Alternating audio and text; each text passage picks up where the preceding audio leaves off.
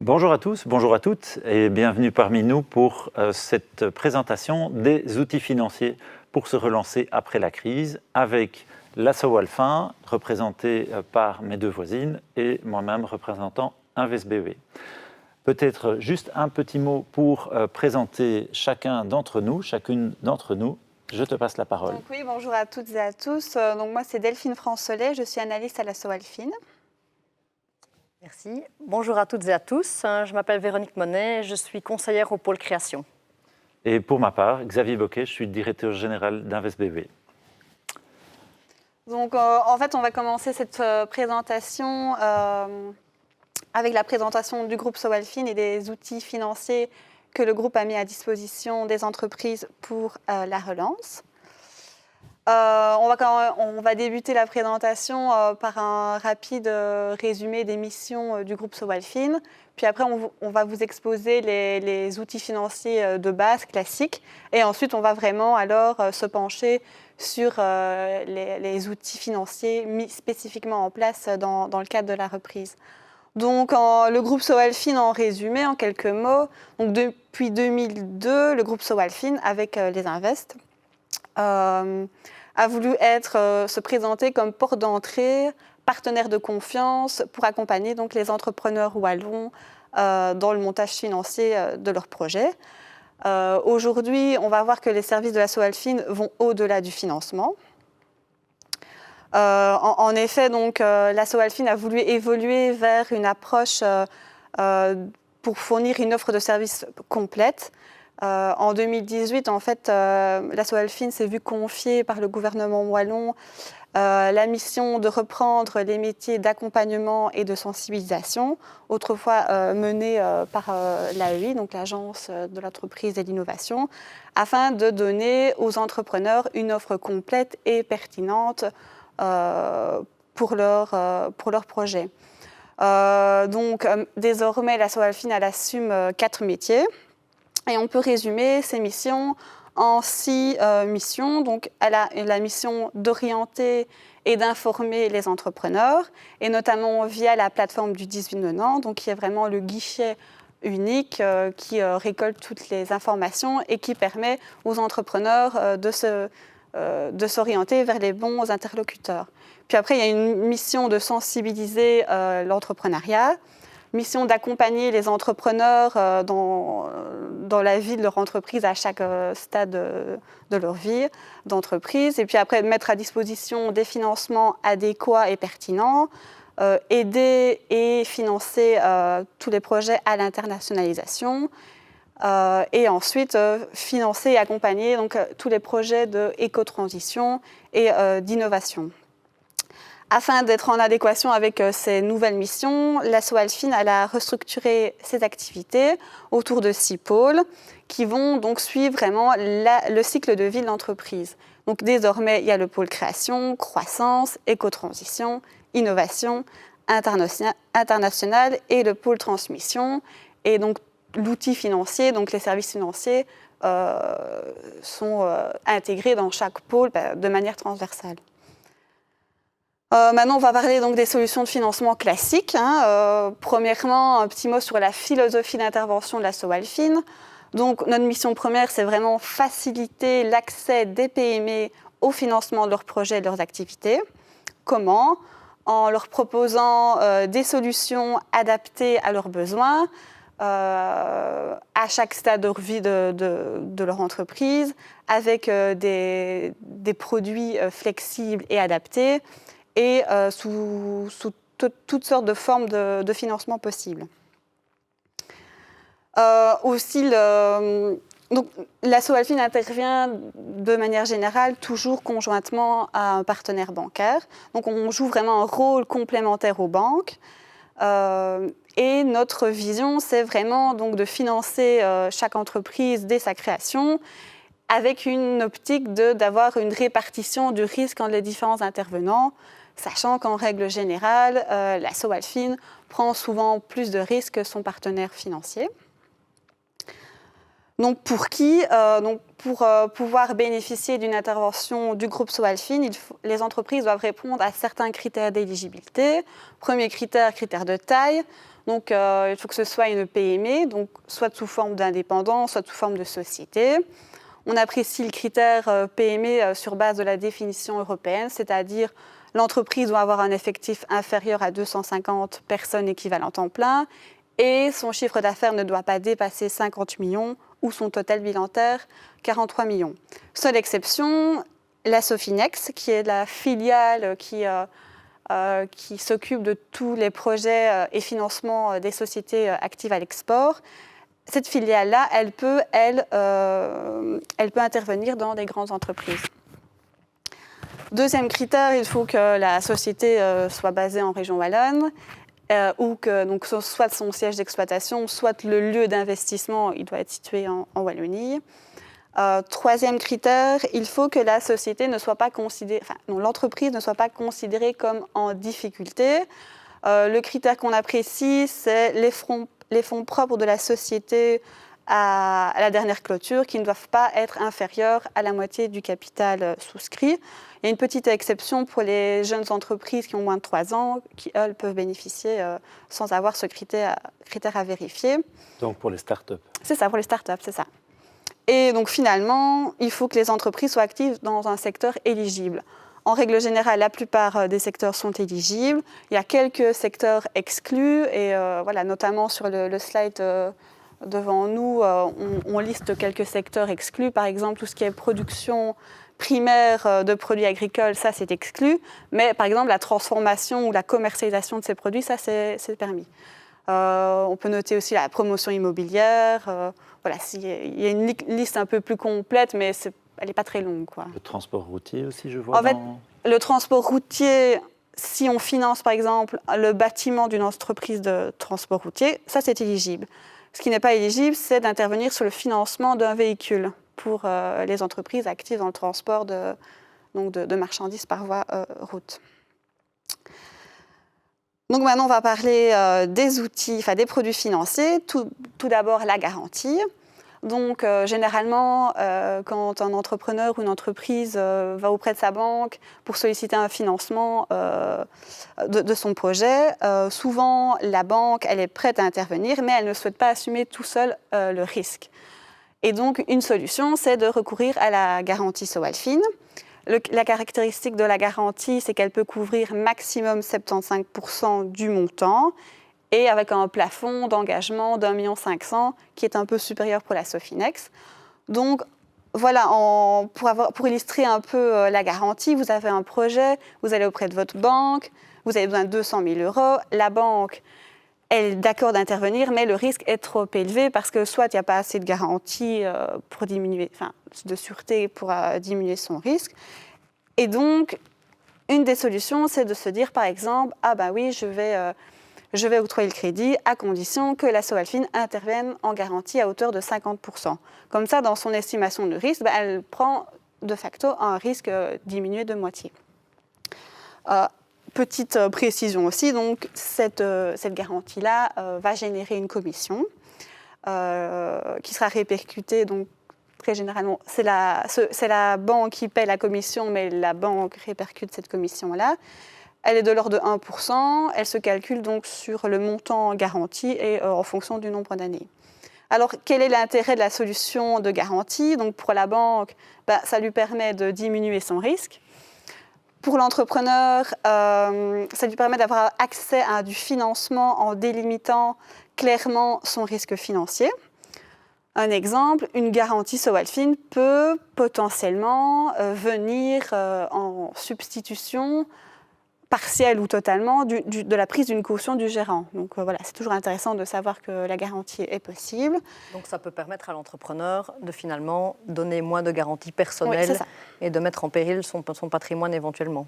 Voilà, c'est ça. Donc c'est toujours bien de savoir que la garantie Soalfin est une option. Et puis finalement, pour nous, en règle générale, c'est qu'on va essayer de favoriser la garantie dans les montages parce que ça a un effet de levier plus important. le principe de garantie, ce n'est activé que quand il y a défaillance du débiteur, quand il y a un souci. Sinon, donc pour chaque euro mobilisé, ça permet d'avoir accès à du financement beaucoup plus... ça a un effet de levier beaucoup plus élevé que forcément du prêt où là, il faut qu'on octroie les fonds. Donc, comment on peut obtenir une garantie ? Donc, l'apport d'entrée, c'est la banque. Donc, l'entreprise va auprès de sa banque. Elle va conditionner son intervention à notre intervention. Elle va nous envoyer le dossier. Et sur base de ce dossier-là, nous, on va passer le dossier en comité et on va communiquer la décision à la banque. Donc ça, c'est le schéma classique. Il y a un schéma accéléré pour les plus petits projets et ça, ce sera Véronique qui va vous expliquer plus en détail. Au niveau du délai Alors, pour la Sowalfin, donc garantie et on va dire prêt classique. Nous, on a des comités de crédit tous les 2 semaines. Donc, si le dossier est rentré dans les temps, parce qu'il y a quand même des dates butoirs pour chaque comité, ça peut aller relativement vite. Alors, la deuxième outil financier classique, il y a le prêt, évidemment. On va faire la distinction, les prêts octroyés donc, par les Inves, qui vont être, à mon avis, plus expliqués en détail, qui, eux, peuvent octroyer des prêts sous plein de formes diverses et avec des montants beaucoup supérieurs aux nôtres. Et donc, après, il y a les prêts octroyés donc, par la Sowalfin et ses entités. Je ne vais pas aussi expliquer les prêts inférieurs à 25 000 € qui sont aussi détaillés par Véronique. Donc, grosso modo, il y a la plupart du temps, donc, la Sowalfin octroie des prêts sous forme de prêts subordonnés et elle a mis en place...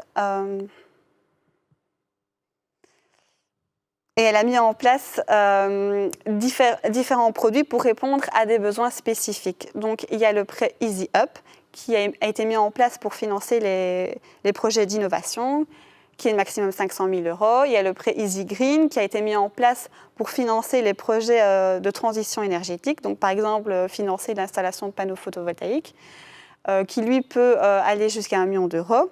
Il y a le prêt Sofinex, donc, qui vise à financer les projets à l'internationalisation, qui lui a un plafond de 1,5 million. Et puis alors, il y a le prêt classique Sowalfin, qui lui peut financer des projets immobiliers, des achats de machines, une reprise d'entreprise, et qui lui est toujours conjoint à une banque. Donc c'est vraiment le principe de cofinancement, et il ne doit pas dépasser 500 000 €. Donc ça, c'est vraiment les produits, donc les prêts mis en place par le groupe Sowalfin. Et par rapport aux démarches à entreprendre, si le prêt est conjoint à un prêt bancaire, c'est la même démarche que pour la garantie. Et par contre, s'il n'y a pas de banque impliquée dans le projet, alors là, il faut transmettre le dossier au bon interlocuteur, donc soit à l'Inves, soit à la filiale du groupe qui s'en chargera. Donc maintenant, c'est Véronique qui va passer la main. Merci Delphine. Donc, ici, je vais vous présenter une solution automatique. Il s'agit du produit mixte. Donc, en fait, il s'agit d'une garantie à hauteur de maximum 75% sur un crédit bancaire de maximum 50 000 € et la possibilité de bénéficier d'un prêt subordonné de maximum 50% le montant du crédit bancaire avec un plafond de 25 000 €. Pourquoi automatique ? Simplement parce que, contrairement aux autres formules, il n'y a pas d'analyse au niveau de la Sowalfin. On délègue la décision en fait à la banque, et donc c'est la banque qui nous engage tant au niveau de la garantie qu'au niveau du prêt subordonné. Un exemple donc de produit mixte, ici dans le cadre de l'installation d'un centre de bien-être, les besoins étaient de l'ordre de 25 500 € pour de l'achat de matériel et 50 000 € pour de l'aménagement. L'entrepreneur a fait un effort propre de 7 500 €, a sollicité un crédit bancaire de 46 000 € qui était garanti à hauteur de 75% par la Sowalfin et de ce fait a pu bénéficier d'un prêt subordonné de 22 000 €. Alors la Sowalfin peut également intervenir en capital, donc en prise de participation dans les entreprises, mais c'est principalement via les Invest Wallons et Xavier se chargera de vous expliquer ça en long, en large. On a aussi à disposition un financement alternatif, il s'agit du prêt coup de pouce. Et donc là, très clairement, ce sont les investisseurs privés qui peuvent prêter aux entrepreneurs, tout en bénéficiant d'une réduction fiscale, donc via un crédit d'impôt. Alors comment ça fonctionne? C'est un crédit sous seing privé, donc qui se fait entre l'investisseur privé et l'entrepreneur. L'investisseur privé peut prêter jusqu'à concurrence de maximum 125 000 € et l'entrepreneur peut bénéficier de prêts coup de pouce jusqu'à concurrence de 250 000 €. Ensuite, l'investisseur privé et l'entrepreneur déterminent ensemble les caractéristiques du crédit. Et donc, ils ont le choix d'opter pour soit un prêt amortissable, soit un prêt à remboursement à terme. Au niveau de la durée, elle doit être de 4, 6, 8 ou 10 ans, sachant qu'il est possible aujourd'hui de rembourser anticipativement. Le taux d'intérêt doit être établi, donc de nouveau, entre l'investisseur privé et l'entrepreneur et doit se situer entre 0,875 et 1,75 %. L'intérêt pour l'investisseur privé, c'est clairement qu'il peut bénéficier d'un crédit d'impôt de 4 % sur le montant prêté. Et ce, pendant les 4 premières années et sur le solde restant dû, si c'est un crédit amortissable. Ensuite, la réduction d'impôt sera de 2,5 % sur les années suivantes. Un petit exemple pour illustrer le gain fiscal pour l'investisseur privé. Donc dans ce cadre-ci, ici, on a pris un exemple sur un prêt de 50 000 € sur 4 ans, à un taux d'intérêt de 1,75 %. Le gain total pour l'investisseur est de 10 075 €, soit 5,04 % de rendement annuel, sachant que là-dedans, évidemment, on tient bien compte de crédit d'impôt de 4 %. Sur ce prêt coup de pouce, la nouveauté aussi, c'est si l'entrepreneur fait une défaillance ou l'investisseur privé pourra bénéficier également d'une réduction d'impôt de 30 % de façon unique sur le solde restant dû du crédit consenti à l'entrepreneur. Quel est le rôle exact donc, que la Sowalfin joue à partir du moment où c'est un prêt sous seing privé? Alors voilà, au niveau de la Sowalfin, comment est-ce qu'on intervient? Fondamentalement, on n'intervient pas entre l'investisseur privé et l'entrepreneur. On assure le suivi administratif et de savoir que l'entrepreneur et l'investisseur répondent bien aux différents critères qui sont repris dans un décret. Et on s'assure également que le crédit soit bien enregistré pour que l'investisseur privé puisse bénéficier de cette réduction d'impôt de 4 %. Donc ici, c'est vraiment un support plutôt administratif et répondre aux critères d'éligibilité et aux questions de soit les investisseurs privés, soit les entrepreneurs. Souvent, l'entrepreneur fait vraiment appel à sa sphère privée, la famille, des amis proches. Enfin, ça va rarement plus loin. Et on a quelques plateformes de crowdlending qui nous aident aussi et qui participent à proposer le prêt coup de pouce. Alors ici, on va faire un petit focus sur les solutions de relance, une offre qui a vraiment été mise en place dans un cadre de contexte de crise. Et donc la Sowalfin a étendu son offre spécifiquement à cette crise en proposant le prêt Ricochet Relance, le prêt Propulsion et un prêt Sowalfin conjoint au prêt coup de pouce que je viens de vous présenter au préalable. Donc clairement, suite à la crise Covid, l'objectif était de renforcer la solvabilité des PME wallonnes, évidemment, impactées par la crise Covid, et de renforcer également la solvabilité financière afin qu'ils puissent relancer leur activité et développer leur croissance éventuellement. Donc comme je viens de le dire, des solutions de prêts subordonnés donc conjoints à des crédits bancaires, le prêt propulsion pour un minimum de 50 000 €, le prêt Ricochet Relance, pas de minimum, mais plafonné à 50 000 €, et je vais revenir en détail dessus, ainsi qu'une solution de prêt subordonné complémentaire au prêt coup de pouce, où là, on n'a pas nécessairement besoin de l'intervention d'une banque. Pour pouvoir se bénéficier de ces solutions, il faut évidemment, donc, comme ma collègue l'a dit tout à l'heure, que l'entreprise soit éligible tant au niveau du secteur, mais également du critère entreprise en difficulté, qui lui est calculé avant la crise, c'est-à-dire sur les chiffres clôturés au 31/12/2019. Alors, le ricochet relance, comme je l'ai dit, pourquoi ? Pour renforcer le fonds de roulement de la société, ses besoins de liquidité, mais également son achat de stock. Alors, comment ? Plusieurs possibilités. La première et la plus classique, j'ai envie de dire, c'est un peu comme le produit mixte, c'est-à-dire un crédit bancaire consenti à l'entreprise, donc pour du fonds de roulement à concurrence de maximum 50 000 €, qui peut être garanti à 75% par la SOALFIN, et du coup un prêt subordonné de maximum 50 000 €. Il n'y a pas de minimum pour cette partie, avec un taux au niveau du prêt subordonné de 0%, et l'entreprise bénéficiera également d'une franchise en capital de 6 mois. La franchise en capital, c'est vraiment le report du remboursement du capital pendant une durée de 6 mois. Donc l'entreprise ne paye que les intérêts, mais ici, dans ce cas-ci, comme le taux est de 0%, l'entreprise ne commencera son remboursement que 6 mois après la prise de cours du crédit. La deuxième possibilité, si l'entreprise bénéficie d'un moratoire sur un crédit bancaire de minimum 6 mois, c'est-à-dire un report des échéances en capital pour un montant de maximum 50 000 €, elle peut solliciter via sa banque un prêt subordonné de maximum 50 000 € également, toujours pour faire face à ses besoins de liquidité, son achat de stock dans un objectif de relance, sachant que le crédit sera plafonné en fonction du montant des échéances reportées. Donc voilà. De nouveau, ce produit-ci est une décision automatique, c'est-à-dire que c'est la banque qui nous engage tant au niveau de la garantie qu'au niveau du prêt subordonné. Il n'y a donc plus d'analyse de notre côté, ce qui essaye de mettre vraiment en place une solution simple et rapide. Donc, un exemple ici de relance, donc une société qui a vraiment revu complètement son business model et qui donc, pour ce faire, avait des besoins de 60 000 € pour de l'achat de matériel et 75 000 € pour de la trésorerie, en ce inclus son achat de stock. Très clairement, elle a sollicité sa banque. Et donc là, on a pu faire une partie en produit mixte pour la partie achat de matériel. Et donc là, elle a eu un crédit bancaire de 40 000 € qui était garanti à 75% par la SOALFIN et a pu bénéficier pour le solde d'un prêt subordonné de 20 000 €.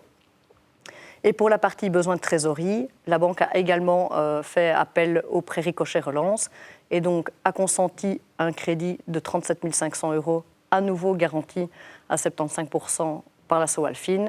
Et l'autre partie a bénéficié d'un prêt subordonné ricochet de 37 500 sur la même durée que le crédit bancaire à un taux de 0% avec une franchise en capital de 6 mois.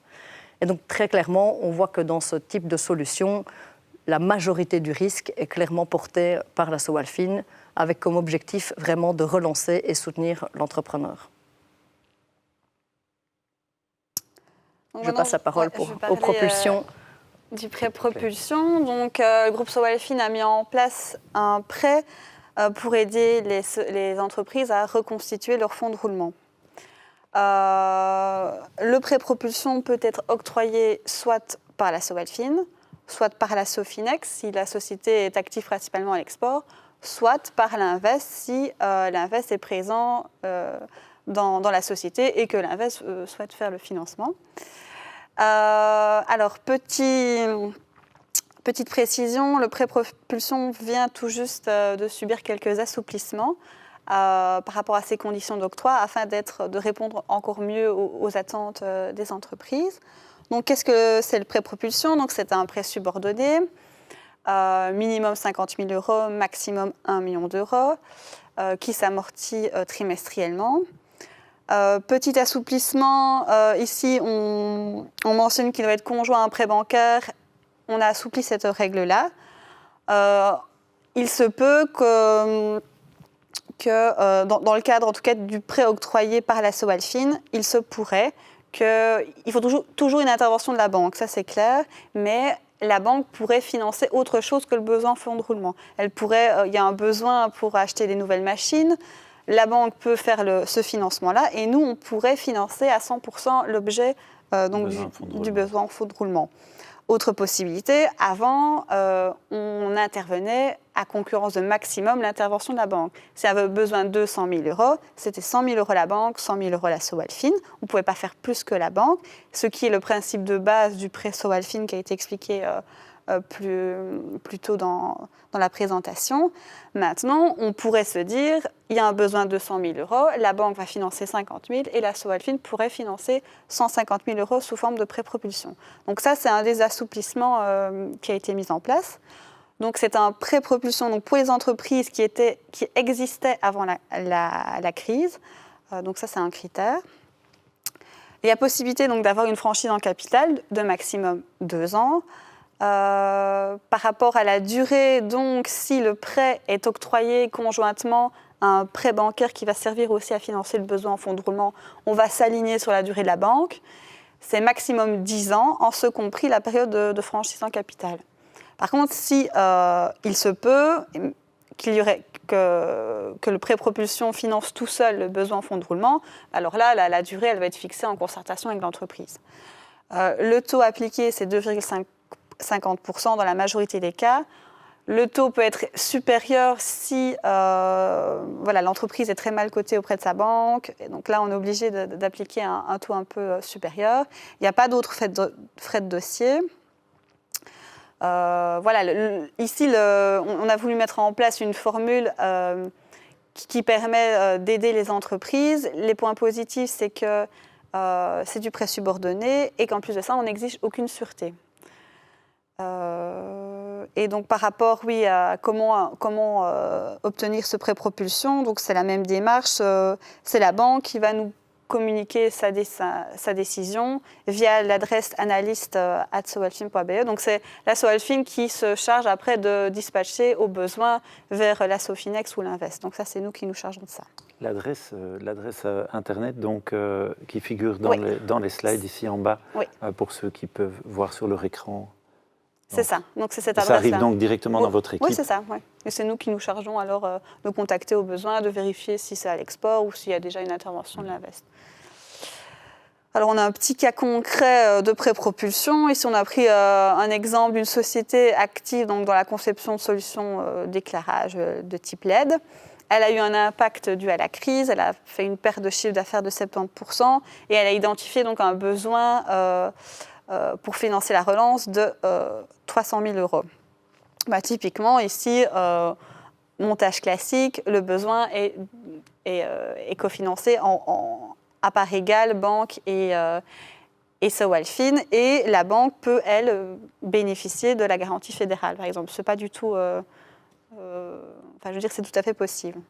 Donc voilà, ça, donc il y a un cumul, en fait. Oui, ça c'est possible. Aucun souci, il pourrait même avoir, avant, quand il y avait s'il demandait une garantie SO Alfin sur le prêt bancaire, dans la première mouture, on disait on peut financer alors que maximum 50% du besoin restant. Maintenant, ce n'est plus le cas. On pourrait tout à fait combiner une garantie sur le prêt bancaire et faire un prêt propulsion du montant. Donc vraiment, on a assoupli au possible le produit. Donc je vais passer la parole maintenant à Véronique. Et donc le dernier produit qui a été mis en place dans le cadre de la crise Covid, c'est le prêt conjoint au prêt coup de pouce. Donc pour rappel, le prêt coup de pouce, c'est le prêt qui est consenti entre un investisseur privé et un entrepreneur. Toujours dans quel but ? De renforcer la solvabilité et la trésorerie de l'entreprise et donc la reconstitution de son fonds de roulement. Alors là, comment ? Ça passe de nouveau par la boîte mail prêt coup de pouce ou analyste. Donc là, il n'y a pas de souci. Le montant minimum du crédit est de minimum 50 000 euros, maximum 250 000, sachant qu'on n'ira pas plus haut que le montant des prêts coup de pouce consentis dont l'entrepreneur peut bénéficier. Et la durée sera la même durée que la durée du prêt coup de pouce. Il pourra également bénéficier d'une franchise en capital de minimum 6 mois, maximum 2 ans. Au niveau du remboursement de ce prêt conjoint, il se fait de façon trimestrielle et en capital constant. Et au niveau du taux d'intérêt, il est fixe et il est de 2,5%. Donc voilà, vous retrouverez toutes les informations, quoi qu'il arrive, sur l'entièreté des solutions de l'asso Alfin sur le site de l'asso Alfin, donc soalfin.be. Un exemple ici très clairement de comment a pu fonctionner ce prêt conjoint au prêt coup de pouce. Donc, c'était une jeune entreprise qui proposait un service innovant dans de la mobilité verte. Suite à la crise Covid, elle a été largement impactée puisque son principal business était du B2B.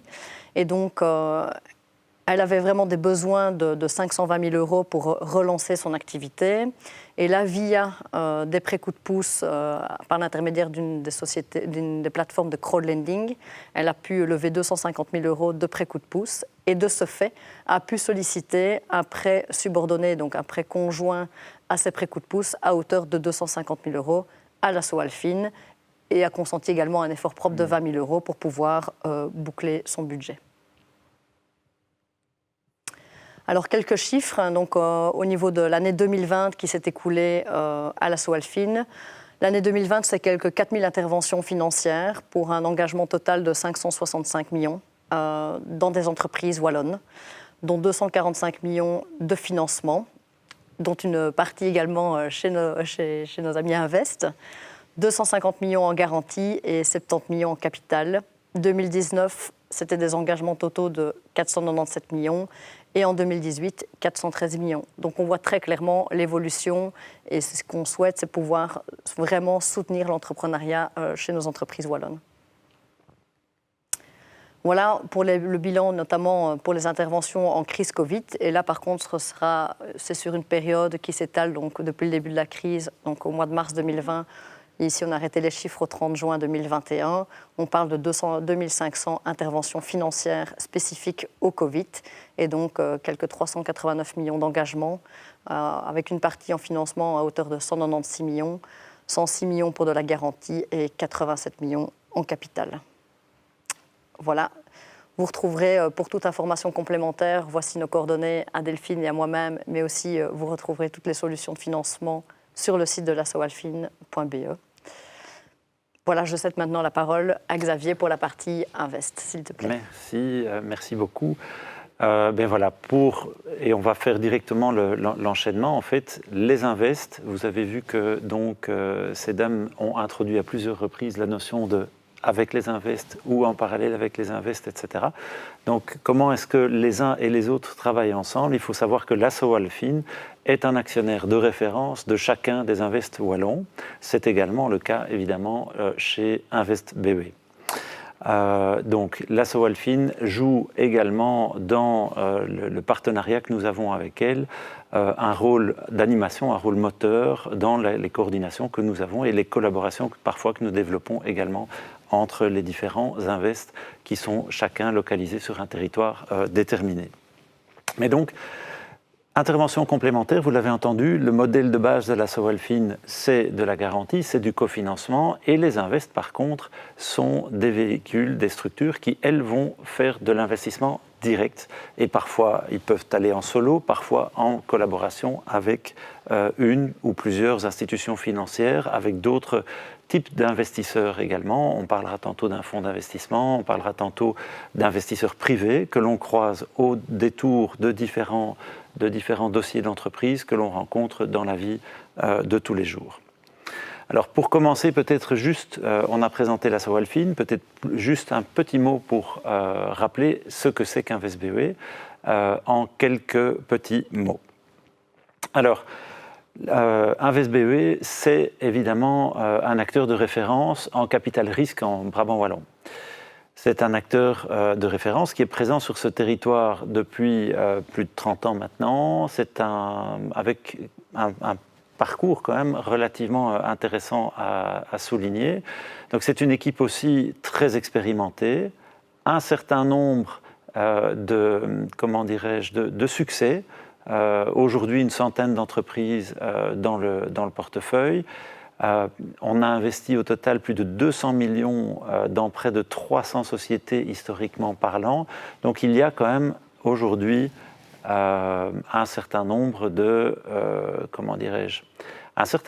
nos ambassadeurs qui sont en fait des entrepreneurs, des entrepreneuses que nous avons eu l'occasion d'accompagner, d'apprendre à connaître, quelque part à la fois pour nous en tant que structure d'investissement de grandir avec eux, inversement pour eux de grandir avec nous.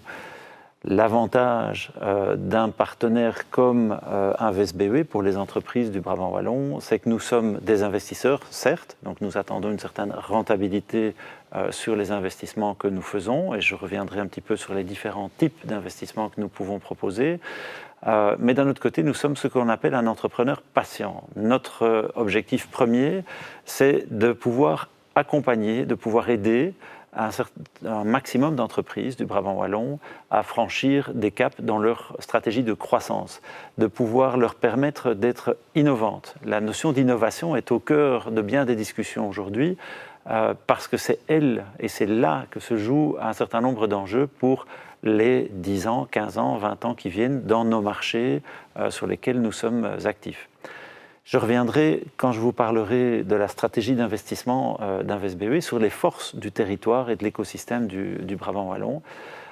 Mais je tiens donc à vraiment remercier par la même occasion ceux et celles d'entre vous qui sont des entrepreneurs, entrepreneuses avec lesquels nous pouvons travailler déjà aujourd'hui au quotidien, ceux avec lesquels nous sommes évidemment en contact et en discussion, et ceux que nous ne manquerons pas d'encore rencontrer et apprendre à connaître dans les mois et les années qui viennent.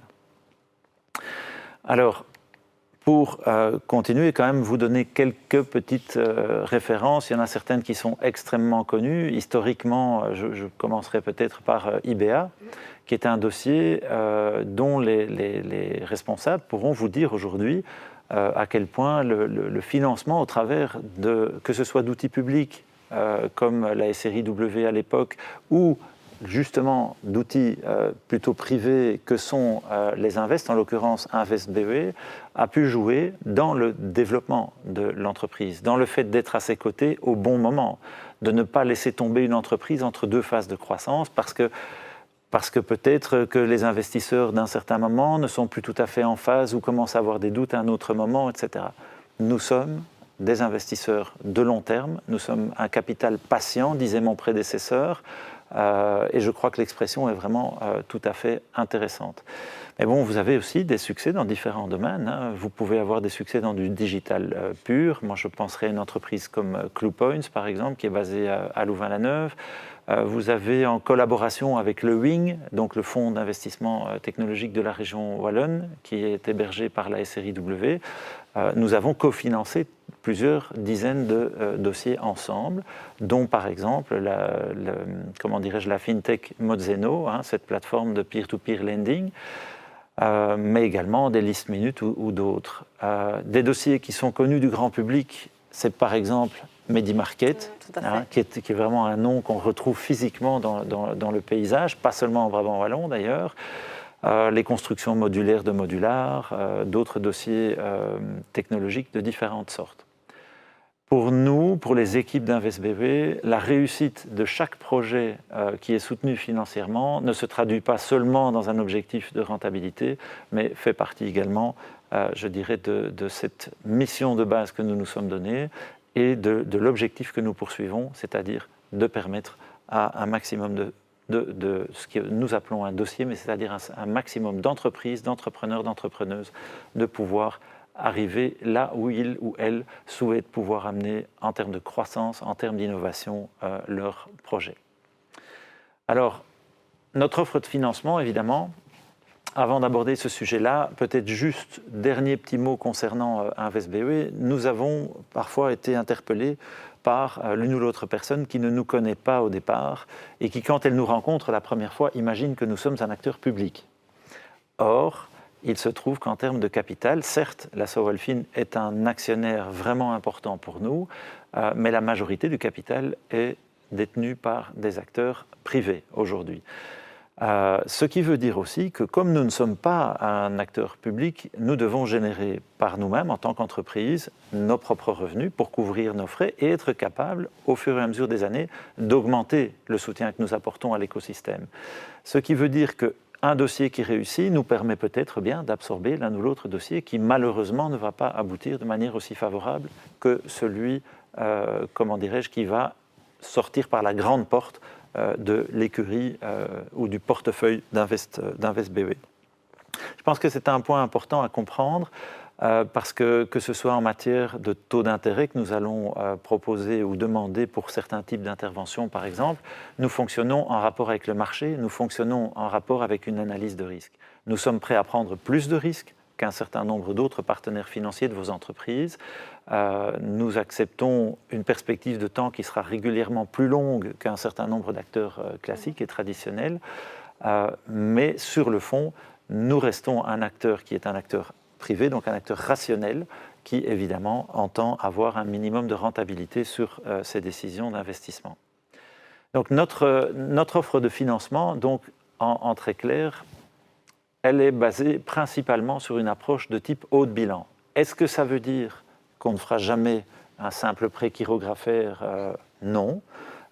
Mais vous allez voir qu'en fait, ce qui est notre souci premier, c'est de pouvoir co-construire la solution. Et quand je dis co-construire, c'est la construire à la fois avec l'entrepreneur, l'entrepreneuse ou l'équipe qui porte un certain projet d'entreprise, un certain projet d'innovation, de croissance, mais on va co-construire aussi avec les autres partenaires financiers de l'entreprise, qui seront selon les cas l'ASO-Alfin, une institution ou plusieurs institutions bancaires, les investisseurs qui sont rentrés avant nous dans un certain dossier.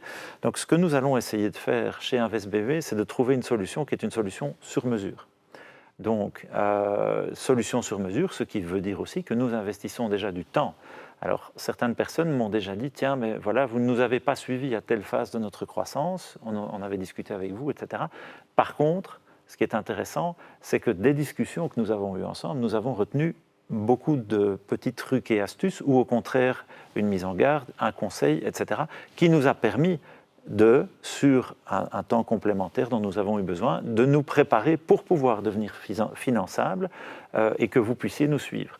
Donc, le fait de dire on vient discuter avec l'Invest et puis l'Invest donne un certain nombre de messages, que le message soit positif, on vous accueille dans le portefeuille, on vous finance, que ce soit un projet, un développement ou pourquoi pas une acquisition demain ou ce genre de choses.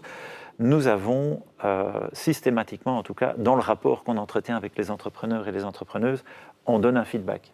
On essaye de donner un petit peu les indications qui permettent de réfléchir à l'orientation qu'on donne à son projet et d'aller dans le sens que l'on puisse à terme effectivement vous intervenir à vos côtés, ou alors on vous renseigne qui serait probablement le meilleur partenaire financier.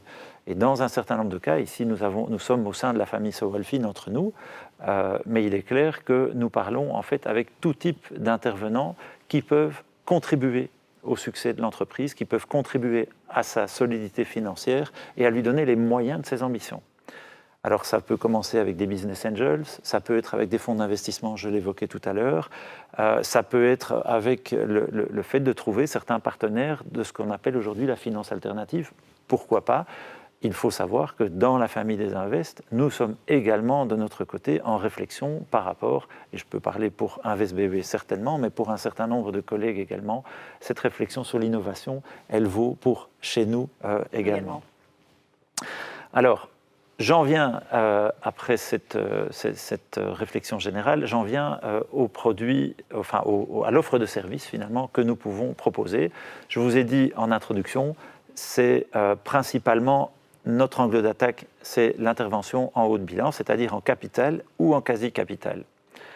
En d'autres termes, les formes d'intervention qui permettent à une banque, assez classiquement, de se dire aussi, finalement, je prends moins de risques en intervenant dans ce dossier-là parce que la partie la plus lourde du risque résiduel va peser sur d'autres épaules que sur les miennes. Alors, toutes les formes de capital à risque, donc classiquement, c'est la participation en capital, avec tout le questionnement qui vient évidemment derrière, parce que, tiens, j'ai lancé ma société il y a 1 an ou 2, je suis propriétaire avec mes associés, nous avons 100% de notre capital. L'idée d'ouvrir le capital maintenant, alors qu'on pense que dans 1 an et demi, 2 ans, la société, on l'aura bien développée, elle vaudra beaucoup plus qu'aujourd'hui, est-ce que c'est une bonne chose finalement que de céder aujourd'hui 10, 15, 20% de mon capital à des tiers? Alors, de ce côté-là, c'est une discussion qu'on a au cas par cas. Il n'y a pas de réponse qui, d'un point de vue théorique, vous dit à tel instant, c'est la solution qui vous convient. Par contre, nous avons forcément dans nos équipes, nos investment managers ont de l'expérience, ont beaucoup d'expérience même, avec quantité d'entrepreneurs et d'entrepreneuses, et détecteront à quel moment c'est opportun pour vous ou pas. Alors une question qu'on me pose souvent, évidemment, c'est la question, oui, mais quelle est la proportion de vos interventions dans lesquelles vous prenez une participation en capital? Est-ce qu'il y a... C'est vous qui prenez la décision, ou les rênes de l'entreprise? Voilà, exactement. Donc il y a parfois aussi cette crainte effectivement, Véronique, de se dire, OK, mais si je laisse rentrer un partenaire tiers comme actionnaire, qu'est-ce que ça veut dire pour ma gouvernance? Qu'est-ce que ça veut dire pour la philosophie de mon projet, etc. Donc nous ne rentrons jamais de manière majoritaire dans une entreprise. Ça n'est pas dans nos indications, ça n'est pas dans notre politique, ce n'est pas dans notre stratégie, et ce n'est du reste pas conforme au rôle, à la valeur ajoutée que nous pouvons apporter. Donc nous prenons des participations qui sont par définition toujours minoritaires. Par contre, nous pouvons apporter pas mal de plus-value, que ce soit au niveau de la réflexion stratégique, que ce soit, je dirais, dans les interconnexions que nous pouvons amener ou rendre possible avec d'autres entreprises que nous connaissons, qu'elles soient dans notre portefeuille ou en dehors, que ce soit avec toute une série d'acteurs, tant du capital risque que des acteurs de type institutionnel, avec lesquels nous pouvons, de manière assez spontanée, établir des ponts. Donc, comme je le disais, se dire qu'il y a une règle pour savoir à quel moment intervenir en capital, non. Ce qu'on observe, nous, c'est que dans la pratique, à un moment donné, il y a des moments clés dans le développement d'un projet, dans le rythme de croissance. On voit très bien que certaines entreprises, à un moment donné, si elles ne tranchent pas certains nœuds dans leurs choix, dans leurs orientations, elles peuvent rester sur un plateau pendant un certain temps. Donc elles ont une formidable croissance, et puis tout d'un coup, on est sur un plateau, et on hésite un peu. Mais forcément, nous accompagnons des dizaines d'entreprises dans lesquelles nous sommes présents. Il y a un certain nombre de réflexes que nous avons pu développer au travers de notre équipe, qui sont basés en fait sur l'expérience de 5, de 10, de 15, de 20 autres cas similaires où, alors tous les cas sont bien entendu différents. Quand je dis similaires, il y a parfois des logiques qui sont les mêmes. Mon développement à l'international, est-ce que je suis capable aujourd'hui de supporter une traction sur un autre marché hors de mes frontières? Est-ce que demain, je veux garder absolument tous les métiers de ma chaîne de valeur, parce qu'au début, je bricole dans mon atelier, dans mon garage, etc. Mais à terme, quand je me développe, où est ma valeur ajoutée à moi en tant qu'entrepreneur, entrepreneuse, dans l'ensemble? Est-ce que je n'ai pas intérêt à un moment donné de basculer dans un modèle de sous-traitance? Ce sont des questions dans lesquelles, bien entendu, on peut parfois être l'incitant, celui qui pose la question au bon moment, celui qui met en présence ou qui propose un certain nombre de choses. En n'oubliant pas qu'en tant qu'entrepreneur, entrepreneuse, on est déjà mobilisé à 200% dans les problèmes du quotidien. Alors certes, il y a les ambitions, mais puis il y a la réalité de terrain. Il y a la réalité de comment ça se passe avec son personnel. Est-ce qu'on en a assez? Est-ce qu'on a trouvé les bons profils? Est-ce que du côté des clients, on arrive à délivrer la promesse que l'on fait en tant qu'entreprise, etc. Mais donc, question de la participation, c'est une question qui peut être posée tout de suite, mais qui généralement sera posée à un moment donné ou l'autre, mais qui n'est pas un prérequis obligatoire et qui n'est pas une fin obligatoire non plus. De ce côté-là, je l'ai dit, nous sommes relativement flexibles dans notre approche. Le deuxième type d'intervention en capital à risque, assez classiquement, c'est du prêt convertible. Alors, rappelez peut-être brièvement le principe du prêt convertible. On rentre donc avec un prêt, donc généralement sans garantie, et ce prêt, nous avons le droit de le convertir en capital si un certain nombre de critères qu'on a discutés ensemble dès le départ sont atteints. Assez classiquement, si on arrive à faire une belle levée de fonds dans le délai qui est prévu dans le business plan par exemple, dans le plan d'affaires, ben oui, à un moment donné, il est logique que nous puissions bénéficier de la valeur que nous avons contribué à créer avec vous, avec les projets d'entreprise, au moment où cette augmentation de valeur va se concrétiser pour la première fois, c'est-à-dire le moment où des investisseurs extérieurs vont venir dire « le projet nous intéresse, nous reconnaissons la valeur de ce projet et donc on souscrit à une augmentation de capital ». Ça a un avantage qui est parfois aussi de se dire qu'aujourd'hui nous sommes dans des conditions de marché où un certain nombre d'exemples qui ont été publiés dans la presse font parfois rêver, mais font parfois aussi un peu tourner la tête en termes de valorisation de projets qui sont dans des phases parfois très précoces. Le prêt convertible, c'est parfois la manière de reporter un petit peu cette discussion sur la valorisation. mais dans un cadre qu'on a discuté ensemble, qu'on a balisé ensemble et que l'on a et sur lequel on a convenu quelque part d'une méthode d'évaluation qui est transparente pour l'entrepreneur, l'entrepreneuse d'un côté, mais pour l'investisseur de l'autre.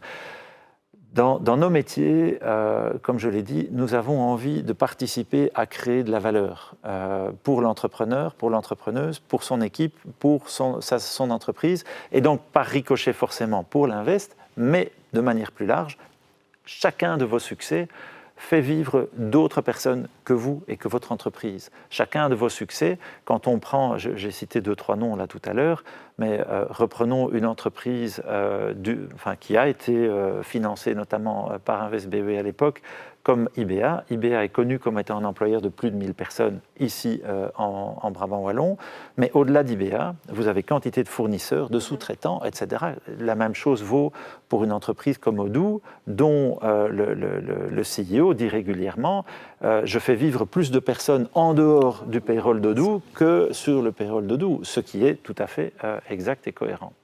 Et donc, création de valeur partagée et multidimensionnelle, on voit bien qu'il y a des retombées directement autour et souvent dans des rayons de plus en plus larges en fonction du succès. Facteur de motivation, tant au niveau de la politique du gouvernement régional que de manière très pragmatique dans votre business à chacune d'entre vous et dans notre manière, tant à la Sowalfin, que chez InvestBW, bien entendu, pour les entreprises du Brabant Wallon. Et donc, préconvertible.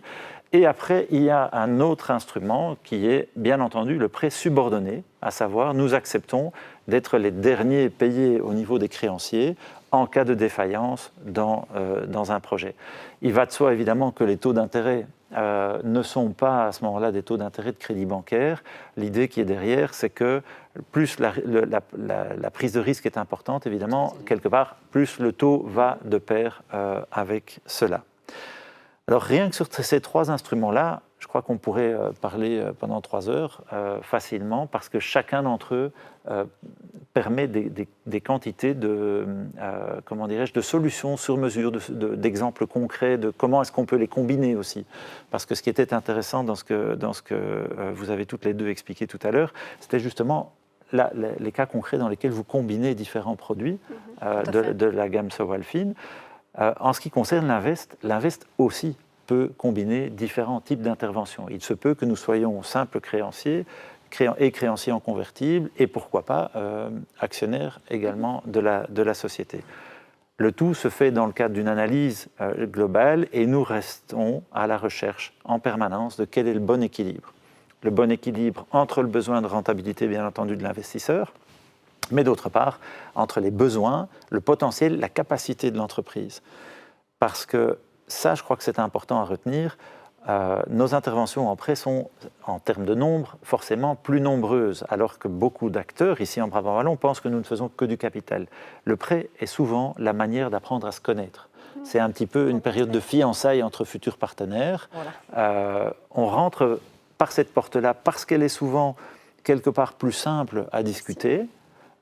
Parce qu'au départ, quand on rentre dans un prêt, très souvent, on a convenu d'une échéance, on a convenu de modalités de remboursement, on a convenu d'un taux d'intérêt. Et c'est finalement les années pendant lesquelles le prêt en question va se dérouler qui vont faire qu'on aura, oui, des contacts. On aura des contacts périodiques, on aura des échanges, on saura un petit peu comment ça se passe dans vos différentes entreprises. Mais pour nous, derrière, ça veut dire qu'on apprend à mieux vous connaître, qu'on a déjà une oreille et des yeux pour regarder dans le marché qu'est-ce qui se passe, qu'est-ce qui pourrait avoir un impact positif, négatif pour vous. Si on voit une opportunité, si on voit au contraire qu'il y a une tendance dans le marché qui pourrait peut-être avoir un impact sur votre manière de pratiquer votre métier, là c'est l'occasion pour nous de démontrer aussi un type de valeur ajoutée en vous signalant un certain nombre de choses. Ce sera l'occasion pour nous aussi de vous faire rencontrer peut-être d'autres entreprises de l'écosystème qui auront à ce moment-là peut-être ou peut-être pas, comment dirais-je, un impact positif pour votre manière, soit de voir votre métier, soit sur vos affaires, sur votre montant de chiffre d'affaires, parce que si on vous fait rencontrer un partenaire potentiel, ce qu'on observe déjà quand on le fait parfois, c'est que deux partenaires ensemble arrivent à un moment donné à mieux pénétrer un certain marché ou à trouver ensemble la solution à une problématique qu'ils ont identifiée comme étant une problématique commune. Mais donc, haut de bilan, classiquement, du capital, du quasi-capital, comme on le voit ici. Alors, à quel horizon de temps? Ça, c'est aussi une question qu'on nous pose très souvent. Je vous ai dit, nous sommes en fait des investisseurs patients. Attention, pas des investisseurs naïfs, ça je l'ai dit également, mais quand on rentre dans une entreprise, on va la soutenir. Alors, en principe, nous n'intervenons jamais dans une entreprise en difficulté. Alors, dans nos propres règles de financement, nous ne pouvons pas intervenir. Vous avez entendu la Sowalfin. Il y a toute une raison juridique derrière aussi dans laquelle je ne vais pas rentrer, en termes d'aide d'État, etc. Mais il y a une exception à ce principe, à savoir si l'invest est déjà actif dans l'entreprise et que l'entreprise rencontre une difficulté. Vous savez, dans le cadre de la crise ici, nous avons eu plus d'une trentaine d'entreprises avec lesquelles on avait pris contact dès les premiers jours du lockdown. En fait, on a été les premiers à contacter systématiquement toutes les entreprises de notre portefeuille, une par une, pour dire comment est-ce que vous anticipez les choses, est-ce que ça va aller pour supporter les échéances suivantes ou pas. Et on a très très vite, en quelques semaines, nous avions plus d'une trentaine d'entreprises qui étaient en moratoire sur le total d'une centaine. C'est quand même, en ce qui concerne InvestBB, ça n'est pas négligeable. Donc là, l'équipe est vraiment montée sur le pont. Mais ça, ce que je veux illustrer par là, c'est l'intérêt d'avoir un partenaire de long terme, un partenaire stable, qui n'est pas là toutes les semaines pour dire alors combien est-ce que vous avez vendu, alors où en sont les indicateurs de performance que l'on avait convenus, etc. Une fois que nous sommes associés et nous pensons et nous nous comportons comme un associé. Donc, les horizons de temps, classiquement, nous annonçons 5 à 10 ans. Maintenant, nous n'excluons pas une demande qui porte sur des délais plus courts. Nous avons soutenu, rien que cette année-ci par exemple, plusieurs projets de prêt qui permettaient de débloquer, par exemple, la construction d'un parc PME, par exemple, ou certains biens d'équipement dont on sait que le cycle d'affaires de la société va lui permettre de faire face aux besoins dans 6 mois, 12 mois, 18 mois. Ça peut à un moment donné éventuellement être également une solution. Maintenant, notre philosophie de base, c'est du long terme. C'est 5 à 10 ans. Dans la pratique, quand on fait le bilan avec l'équipe, on est en général entre 6 ans et 6 ans et demi pour la moyenne des interventions. Donc ça illustre bien le fait qu'il y a des différences d'un dossier à l'autre. Mais ça veut dire aussi, si je vous parle de moyenne, qu'il y a des dossiers dans lesquels on est là pendant plus de 10 ans. Donc un portefeuille, en ce qui concerne une société comme la nôtre, son portefeuille est composé de sociétés qui vont rester moins longtemps que d'autres. Mais comme je vous l'ai dit, une fois qu'on rentre, on accompagne, etc. Et aussi longtemps qu'on voit qu'il y a du potentiel et la volonté au niveau de l'équipe d'entrepreneurs et d'entrepreneuses de faire évoluer le projet entrepreneurial dans le bon sens, à ce moment-là, forcément, nous restons en général toujours à leur côté tant que les circonstances le permettent. Donc vous ressortez du capital alors? Alors oui, notre politique, effectivement, c'est que nous sortons, et d'ailleurs, on va sortir généralement dans 2 cas de figure, parce que soit le timing est bon, on a fait notre travail, on ne voit plus spécialement donc, la valeur ajoutée qu'on peut encore apporter. Vous avez à un moment donné certaines entreprises qui prennent une ampleur, une taille, etc. Tout va bien, quelque part on a moins nous à apporter à ce moment-là, ce qui veut dire que si une opportunité de sortie se présente à ce moment-là, nous la prenons généralement. On peut décider aussi de rester à plus long terme parce que dans notre stratégie financière, c'est opportun. Maintenant, c'est quelque chose qui se fait toujours en dialogue avec les entrepreneurs et les entrepreneuses. Il y a des circonstances dans lesquelles on nous demande de sortir et ce n'est pas un tabou. Là, on en discute, on regarde, est-ce que les propositions qui nous sont faites pour sortir sont des propositions qui nous agréent ou pas. Le cas échéant, c'est de manière assez classique. On se mettra autour de la table, on discutera, on regardera s'il y a quelque chose qui peut être amélioré ou pas dans la proposition. Mais ça, je crois que tout un chacun le comprend facilement. Mais donc, Oui, nous sortons du capital. Nous n'avons pas vocation à être des actionnaires perpétuels sur 35 ans plus tard. Maintenant, ne me faites pas dire ce que je n'ai pas dit. Non, non. Il est possible que dans un cas ou dans un autre, nous décidions de rester un petit peu plus longtemps. Dans la pratique, généralement, quand le temps est là, nous sortons et nous tenons aussi, et c'est une partie de nos possibilités d'accroître nos interventions, parce que quand nous avons changé de nom au début 2021, en février 2021, nous avions annoncé, c'était Pierre Mottet à l'époque qui était mon prédécesseur, Pierre Mottet avait annoncé que notre ambition était de dire que nous allions doubler le nombre de nos interventions. Cette ambition, c'est clair que nous l'avons, mais donc en termes de financement de cette ambition, il va de soi que ça passe aussi par le fait de réaliser un certain nombre de plus-values sur des entreprises qu'on a suivies pendant un certain nombre d'années. Avec cette logique de construire un portefeuille qui fait du sens, qui crée de la valeur, indépendamment d'entreprises qui, par ailleurs, sont de très bonnes entreprises et que nous soutiendrons de manière peut-être plus ponctuelle et moins, j'allais dire, moins soudée que dans le cadre d'une participation en capital. Alors, ici, sur le slide, vous voyez évidemment qu'on travaille avec des solutions sur mesure. Ça, je crois que vous l'avez clairement compris. Il y a des montants d'intervention, donc on a vu les différents montants qui correspondent aux différents produits de la Sawalfin. Si vous venez trouver l'Invest, nos seuils d'intervention classiques commencent à 100 000 euros, 150 000 euros, de besoin d'intervention de la part de l'Invest.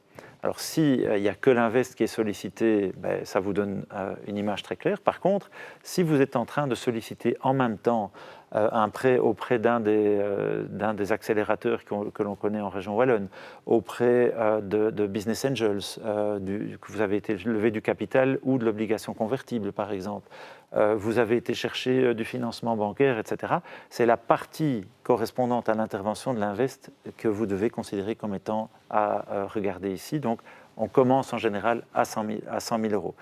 Nous allons annoncer dans quelques jours une initiative qui nous permettra de répondre à des besoins ponctuels plus rapidement dans le cadre donc, notamment de notre effort propre en tant qu'InvestBW dans le cadre de la relance et pour pouvoir faire un matching avec une souplesse la plus importante possible. Donc là, il y aura en automatique aussi un certain nombre de possibilités qui seront ouvertes, mais avec un maximum de 100 000 euros. Donc, que ce soit un besoin en fonds de roulement jusqu'à 50 000 euros ou en besoin d'investissement jusqu'à 100 000 euros. Donc, alors, en ce qui concerne les plafonds maximum, nous n'interviendrons pas au-delà de 2,5 millions.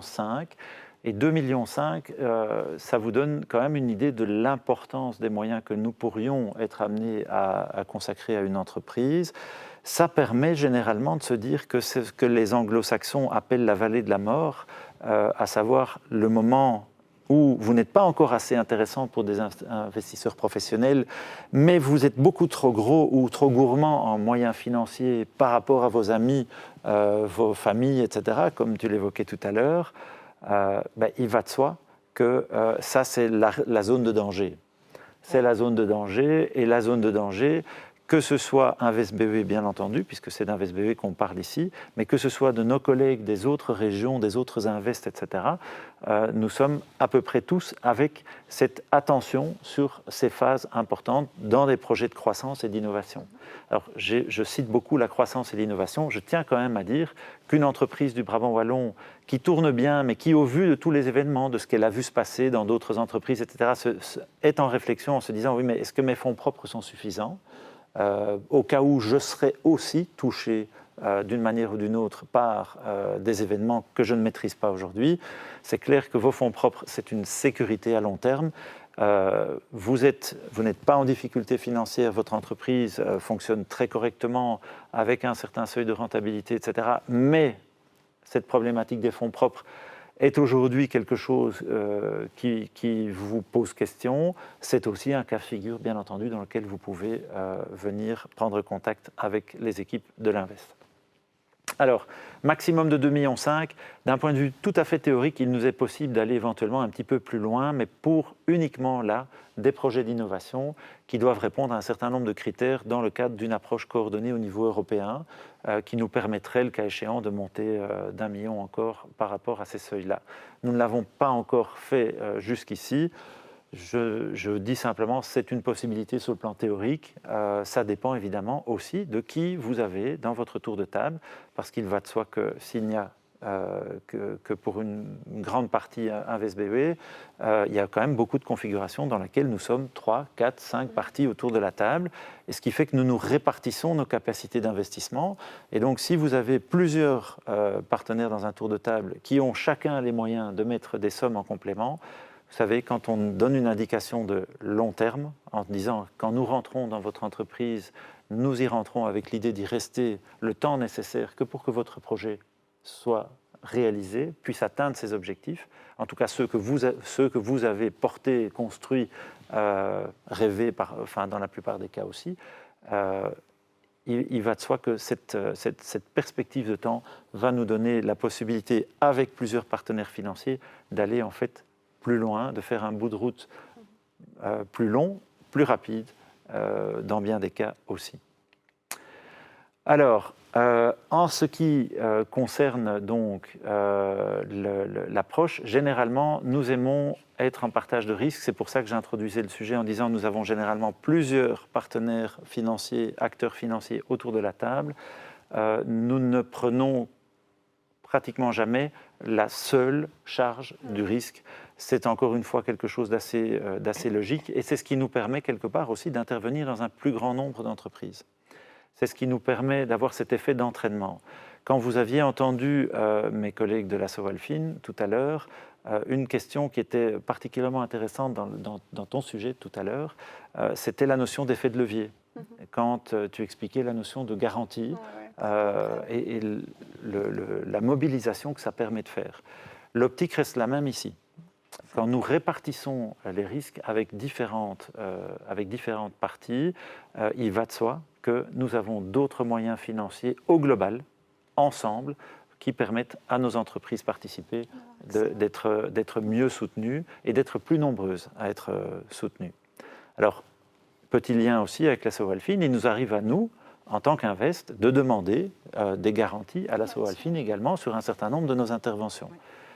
Nous allons évidemment utiliser un certain nombre de structures de garantie tant à l'Asso Alfin qu'auprès du FEI dans certains cas, mais ça c'est aussi avec l'assistance technique de l'Asso Alfin. Alors, en ce qui concerne InvestBB, il y a une caractéristique, parce qu'ici on a vraiment parlé de l'investissement et j'allais dire, nous avons un petit, presque une petite marque de fabrique en interne avec l'équipe. On dit souvent, et c'est ce qu'on retrouve, mais c'est un tout petit caractère dans notre logo, on parle de l'investissement entreprenant. Ce qu'on cherche, c'est vraiment des entrepreneurs, des entrepreneuses qui ont ce projet, qui ont un projet qui veulent le faire grandir, qui veulent lui donner une autre dimension, qui veulent innover, qui veulent changer les règles du jeu. Ça, ce sont vraiment des cas que l'on recherche. Et je l'ai dit, et je le répète, nous ne fermons pas la porte à des projets de type plus classique, parce que ça reste malgré tout aussi dans notre souhait et dans notre souci, notre préoccupation de faire en sorte qu'un maximum d'entreprises, d'entrepreneurs, d'entrepreneuses de notre région puissent être soutenus dans leurs projets. Mais nous avons encore un bras qui n'est pas directement dans l'investissement et qui est plutôt dans l'immobilier. Nous avons un certain nombre d'entreprises du Brabant Wallon qui occupent des bâtiments que nous avons financés au travers de construction de leasing immobilier. Nous avons l'une ou l'autre entreprise qui aujourd'hui est locataire de halls relais que nous avons construits, financés et dont nous sommes propriétaires. Donc il y a cette activité qui est sur le côté. Et il y a également, dans le cadre de cette activité immobilière, un certain nombre de projets de réaffectation d'anciens sites industriels dans la province du Brabant Wallon. Tout le monde pensera à la sucrerie de Genappe ou ce genre de choses, l'ancienne sucrerie de Genappe. Donc, à qui est-ce qu'on s'adresse? Même règle que ce que mes voisines ici ont exposé tout à l'heure. Donc, on parle bien de PME, on parle bien, et avec exactement les mêmes métriques, Donc, on a la même règle de raccrochement au territoire. Alors, pour la SOWELFIN, c'est l'ensemble de la région wallonne. En ce qui nous concerne, notre priorité pour 99% de nos dossiers, c'est vraiment une présence en Brabant wallon. Ça veut dire son siège social, son siège d'exploitation, l'investissement qu'on veut réaliser en Brabant wallon. Voilà. Vous verrez qu'il y a un matching, un alignement complet en fait, entre nos critères respectifs.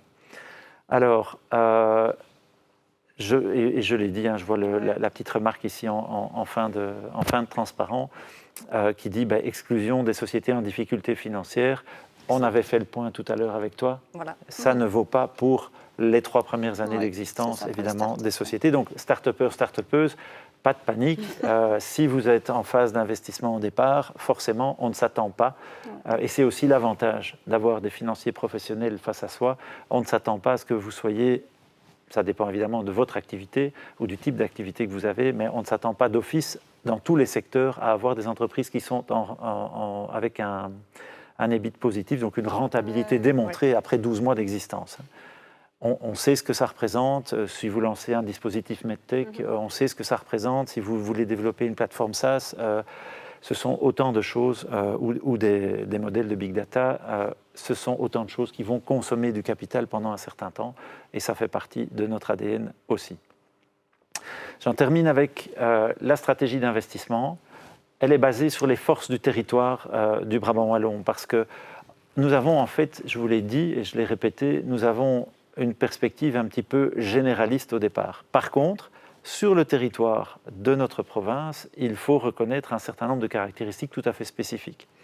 Alors, en général, beaucoup de personnes en région wallonne ont cette image du Brabant wallon en disant « Ah oui, mais c'est la province la plus riche, etc. » Derrière ce genre d'image qui est régulièrement véhiculée, il y a d'une part une réalité et puis il y a un certain nombre de défis. L'aspect réalité, c'est que oui, la contribution au PIB de la région wallonne, par province, la plus importante, c'est celle effectivement fournie par le Brabant wallon. C'est aussi en Brabant wallon qu'on trouve, et si vous prenez le baromètre de Digital Wallonia de 2020, qui sera très prochainement mis à jour pour 2021, vous allez retrouver également le fait que c'est la province dans laquelle vous avez 40% des entreprises du numérique pour la région wallonne. Donc, vous allez retrouver également dans les mêmes baromètres que pour le secteur pharmaceutique, la province du Brabant wallon est incontestablement et de très très loin le principal contributeur. Donc, il est assez logique que nous adaptions aux forces de notre territoire, aux réalités de notre territoire, un certain nombre d'accents de priorité dans notre politique d'investissement. Premier pilier, vous l'avez compris rien qu'avec mon introduction sur la province, c'est le digital. Alors, pas vraiment le fait de développer la Xème nouvelle app qu'on va mettre sur un App Store, mais par contre, nous avons un certain nombre d'acteurs, je prendrai Cluepoints par exemple, qui, avec ces modèles de data, arrivent à donner une qualité, une précision à des études cliniques, par exemple, pour des grands groupes qui développent des solutions thérapeutiques, comment dirais-je, une information beaucoup plus fine, beaucoup plus fiable sur la manière dont ça se passe dans ces études cliniques, etc. Donc, dans ce domaine-là, ils sont incontestablement un leader mondial. Mais ce n'est pas le seul, je cite ce nom-là, mais je pourrais en citer d'autres. Je vais tâcher d'être suffisamment bref que pour qu'on puisse terminer évidemment dans les temps. Deuxième pilier pour nous, c'est tout ce qu'on appelle le MedTech, donc les dispositifs médicaux. Et là, ceux et celles qui nous entendent vont me dire oui, mais un simple dispositif médical, Monsieur Bocquet, aujourd'hui, quand même, très souvent, ça va de pair avec quelque chose qui se passe en matière de numérique. Oui, bien entendu. Mais les dispositifs médicaux, nous étendons notre approche, évidemment, à ce qu'on appelle les New Ways of Caring, les nouvelles manières de soigner. Donc, ça veut dire, quelque part, toutes ces solutions, généralement digitales, qui permettent par exemple un accompagnement thérapeutique du patient à distance. Le troisième pilier, c'est celui de la transition. Alors, nous sommes en Brabant wallon, vous avez un centre très connu sur le développement et le testing de nouveaux matériaux qui est le CSTC, ici à Louvain-la-Neuve. Mais oui, le développement d'un certain nombre de matériaux innovants fait évidemment partie de l'axe transition, mais à côté de ça, il y a probablement aussi un certain nombre d'initiatives en dehors des plus évidentes et des plus connues, comme les initiatives dans le domaine de l'énergie, des initiatives dans le domaine de la mobilité, des initiatives aussi en partenariat avec l'écosystème, un certain nombre d'acteurs de l'écosystème sur des nouvelles méthodes d'alimentation ou des nouveaux traitements dans le domaine de l'alimentation. Dans les portefeuilles de projets structurants de la province, on parle de plus en plus d'un début de filière hydrogène, pourquoi pas, etc., etc. Je crois que je peux continuer encore longtemps la liste.